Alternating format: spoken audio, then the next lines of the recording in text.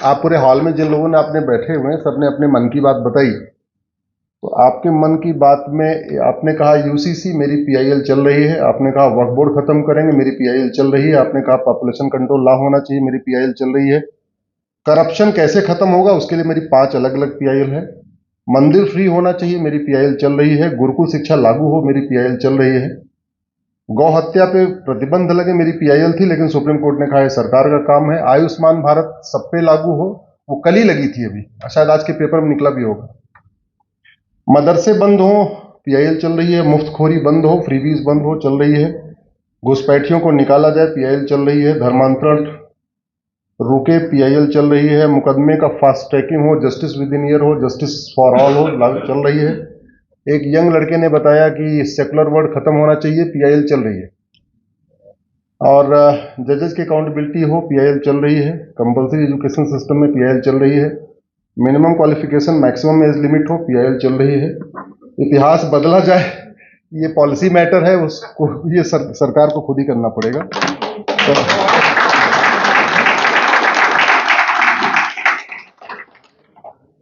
और कुछ बचा होगा तो बताएंगे तो जाके कर देंगे।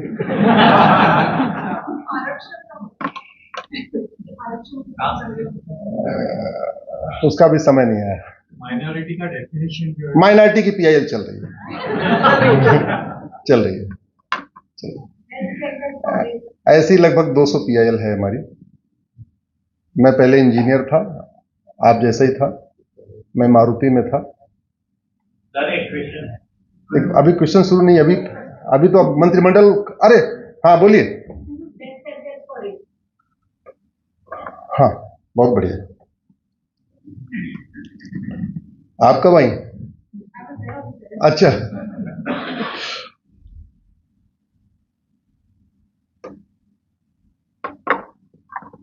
भारत में 80% हिंदू हैं और दुबई में मात्र 15% हिंदू हैं, यही है ना? तो दुबई, भारत में हिंदुओं के साथ जो होता है वो दुबई के हिंदुओं के साथ क्यों नहीं है? मात्र 15% है। कभी आपने सुना दुबई में किसी ने पलायन किया हो हिंदू ने? ऊपर से भारत वाले हिंदू पलायन करके दुबई जा रहे हैं। तो जब मैं मारुति में था और जापानियों के साथ काम करता था, तो वहां वाई वाई एनालिसिस कराते हैं, बेसिकली मैं मेंटेनेंस देखा करता था। तो मेंटेनेंस में वहां पे अगर मशीन खराब हो गई तो आपको एक शीट भरनी पड़ती है, उसमें आपको 5W एनालिसिस करके रखना पड़ता है। तो मैं दिन भर तो वहां पे करता था, रात में आके घर पे जो अखबारों में प्रॉब्लम निकलती थी उसका वाई वाई एनालिसिस करने लगा। 2-3 साल तक लगातार वाई वाई एनालिसिस करने के बाद समझ में आया कि भारत की कोई भी समस्या वर्ल्ड वाइड नहीं है और भारत की कोई भी समस्या लाइलाज नहीं है। 3-4 साल के बाद समझ में आया कि भारत की सारी समस्याओं का इलाज हो सकता है केवल संसद और विधानसभा से। तो मैंने सोचा संसद तो पहुंचना बड़ा मुश्किल है, टिकट के बड़े महंगे दाम हो चुके हैं आजकल, हो गए नहीं हो गए? तो मैंने दूसरा रास्ता चुना कि चलो ला करते हैं और सुप्रीम कोर्ट चलते हैं। लकीली मुझे राम जेठमलानी जी मिल गए गुरु के रूप में, वकालत मैंने उनके साथ शुरू किया। हाँ, नहीं तो फिर हुआ कि वकालत करें कैसे, क्योंकि घर का मैं बड़ा, घर चलाने वाला मैं ही था। लकीली मेरी पत्नी को अध्यापिका की नौकरी मिल गई और उस समय उनको 8,500 रुपए की प्राइमरी स्कूल में जॉब मिली। मेरी सैलरी उस समय 1 लाख रुपए थी।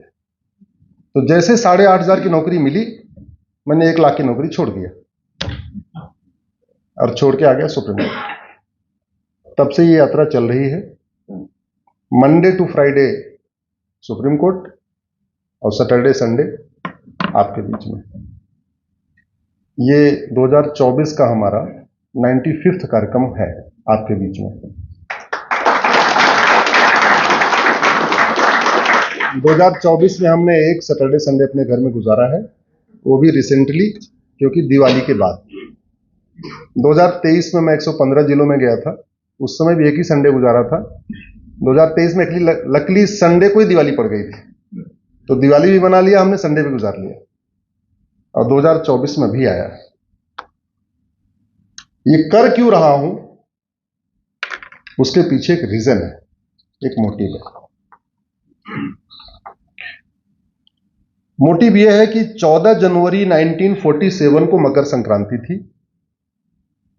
और राज कपूर, राजेंद्र कुमार, विनोद खन्ना, प्रेम चोपड़ा, यश चोपड़ा, रोशन, शेखर कपूर, गुलजार, सुनील दत्त, लाला अमरनाथ, मिल्खा सिंह, खुशवंत सिंह, मनमोहन सिंह, गुजराल, जेठमलानी जी, आडवाणी जी सहित लाखों लोगों ने अपने घर में मकर संक्रांति मनाई थी। उसके बाद 19 फरवरी 1947 को भी शिवरात्रि थी और जितने मैंने नाम लिए इन सब लोगों ने अपने घर में शिवरात्रि मनाई। 7 मार्च को होली थी 1947 को, सबने अपने घर में होली मनाई। 23 मार्च को उगादी, गुड़ी पड़वा, झूलेलाल जयंती थी, अपने घर में लोगों ने मनाई। 30 मार्च को रामनवमी सबने अपने घर में मनाई। 14 अप्रैल को बैसाखी सबने अपने घर में मनाई। 5 मई 1947 को बुद्ध पूर्णिमा सबने अपने घर में मनाई। 3 जुलाई को गुरु पूर्णिमा भी सबने अपने घर में मनाई। लेकिन उसके बाद 31 अगस्त को रक्षाबंधन था, वो रक्षाबंधन नहीं मना पाए और 31 अगस्त को बड़ी बड़ी हवेलियों से निकल के झुग्गी में आ गए। 3 जुलाई तक वो अपनी कोठियों के मालिक थे, दुकान के मालिक थे, मकान के मालिक थे, खेत के मालिक थे, खलिहान के मालिक थे, बड़े व्यापारी थे। और 31 अगस्त को वो झुग्गीवासी हो गए। न दुकान रहा, न मकान रहा, न खेत रहा, न खलिहान रहा, न व्यापार रहा। और ये जितने मैंने नाम लिए हैं, ये मैंने उस समय के एलिट क्लास के नाम लिए। उस जमाने में फिल्म इंडस्ट्री मुंबई में नहीं हुआ करती थी, उस जमाने में भारत की फिल्म इंडस्ट्री लाहौर में हुआ करती थी। इसलिए उस जमाने के जितने हीरो हीरोइन हैं वो इधर के नहीं हैं, सारे वहां के हैं। ये राज कपूर, यश चोपड़ा, प्रेम चोपड़ा, सुनील दत्त और जितने भी हैं, गुलजार, ये कोई भी इधर का नहीं, सब वहां के हैं। क्योंकि फिल्म इंडस्ट्री वहीं होती थी, फिल्में वहीं बनती थी, इधर बनती नहीं थी। हमारा जो भारत वुड था वो भारत वुड लाहौर में था, मुंबई में नहीं था। अब ये बॉलीवुड हो गया। इसीलिए मैं कोशिश कर रहा हूं कि चीजें बदलें, लेकिन हमारे अकेले के बदलने से बदलेंगी नहीं, सबको मिलकर प्रयास करना पड़ेगा, जैसे आज आप लोग सामूहिक रूप से कर रहे हैं। कोई भी बीमारी का इलाज तब होता है जब पहले बीमारी सबको पता हो जाए। दुर्भाग्यवश बीमारी भी सबको नहीं पता, इवन शहरों में नहीं सबको पता है। उसका 2-3 कारण है। जो एलिट क्लास है, 4000 करोड़ 5000 करोड़ वाला, उसके बाद टाइम ही नहीं है, अपने बिजनेस व्यापार में लगा है, लगातार एक्सपेंड कर रहा है, लगातार अपने सीईओ से मीटिंग कर रहा है, उसको नहीं पता कि क्या हुआ, कैसे हुआ। उसके बाद नीचे वाला जो है HIG जिसको कहते हैं, हायर इनकम ग्रुप, वो भी अपने काम में लगा हुआ है। 50 पेट्रोल पंप है, दिन भर उसकी रिपोर्टिंग लगनी है, 50 शॉपिंग मॉल है, उसकी रिपोर्टिंग करना, ये करना, वो करना, ये करना। अब बचा कौन? लोअर क्लास, उसके पास कर ही नहीं सकता, 12 घंटे की ड्यूटी करनी है उसको। किसान कर ही नहीं सकता, उसको इतनी जानकारी नहीं है। तो बचा कौन? मिडिल क्लास, हम जैसे लोग। मिडिल क्लास या अपर क्लास, इसी क्लास को पूरे समाज के चिंतन को आगे बढ़ाना है। और जैसे इंजीनियरिंग में एक स्वॉट एनालिसिस करते हैं ना, स्ट्रेंथ, वीकनेस, अपॉर्चुनिटी और थ्रेट। हम अपने कामधाम में तो स्वॉट एनालिसिस करते हैं, लेकिन अपने संस्कृति की स्वॉट एनालिसिस नहीं करते। हम अपने संस्कृति की या अपने देश की, अपने समाज की स्वॉट एनालिसिस नहीं करते। हम जो खतरे हैं उसकी वाइवा एनालिसिस नहीं करते। बीमारी जहां से शुरू होती है, बीमारी वहीं से खत्म होती है। अगर आपके हाथ में गांठ आ गई है तो जब तक ऑपरेशन नहीं होगा वो बीमारी ठीक नहीं होगी। अगर भारत में कन्वर्ट किया गया तलवार के दम पे, तो जिस स्पीड से कन्वर्जन हुआ उस स्पीड से घर वापसी तभी होगी जब सरकार फिर कुछ ऐसी योजना लागू करे कि लोग अट्रैक्ट होकर घर वापसी करना शुरू कर दें। केवल समाज के दम पे नहीं होगा, बुरा ना माने अगर जो लोग यहां पे घर वापसी का काम कर रहे हैं। आप बहुत करेंगे, क्या करेंगे, 100 लोग कन्वर्ट हो जाएंगे तो 10 लोग 5 लोगों की घर वापसी करा लेंगे, बस, इससे ज्यादा नहीं करा सकते। जो चीज जैसे होती है वैसे ठीक होती है। अल्टीमेटली भारत में 15वीं शताब्दी में तो एक सारे 100% हिंदू थे, बाबर तक यहां पे 100% हिंदू थे, कोई दूसरा था ही नहीं। और अगर मैं भारत की बात कर रहा हूं मतलब भारत, पाकिस्तान, बांग्लादेश, आज की डेट में भारत, पाकिस्तान, बांग्लादेश मिला के 66 करोड़ कन्वर्टेड हिंदू हैं। तो 66 करोड़ लोग कन्वर्ट हो गए, आज की डेट में हो गए, पहले तो कमी हुए तो पॉपुलेशन बाद में बढ़ती गई। अगर हम चाहते हैं कि चलो 66 करोड़ तो छोड़ो, अगर भारत में कुछ लोग घर वापसी करें तो स्वाभाविक सी बात है कि वो समाज के दम पे नहीं हो सकता। समाज का सहयोग चाहिए, लेकिन शासन और सहयोग दोनों चाहिए। दुर्भाग्यवश आज भी भारत में कन्वर्जन को प्रमोट करने के लिए 10 कानून चल रहे हैं। कन्वर्जन को प्रमोट करने के लिए लगभग 300 योजनाएं चल रही हैं। घर वापसी के लिए न एक भी कानून है, न एक भी योजना है। कन्वर्जन कैसे होता है इसको समझिए। झुग्गी बस्ती में सारे गरीब रहते हैं। झुग्गी नंबर 1 में अमर रहता है, झुग्गी नंबर 2 में अकबर रहता है, और झुग्गी नंबर 3 में एंथोनी रहता है। और सबके पिताजी कौन? किशनलाल।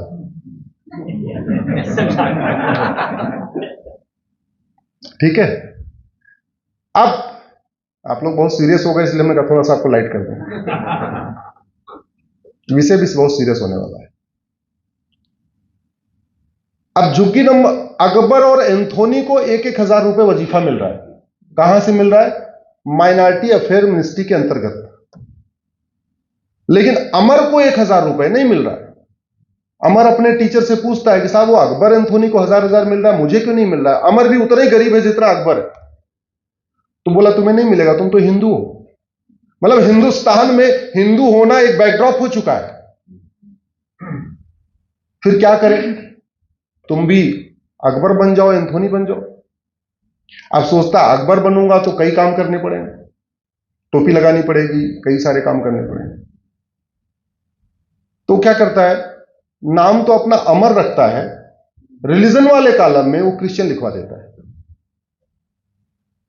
नाम उसका अमर है, लेकिन उस 1,000 रुपए के वजीफे के लिए क्या बन जाता है वो?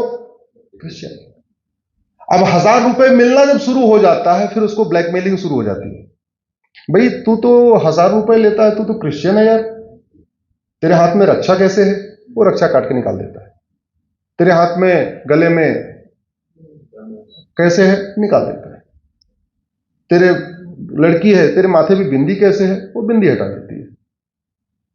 तेरे गले में क्रॉस तो है ही नहीं है, तू तो 1,000 रुपए लेता है, फिर क्रॉस पहन लेता है।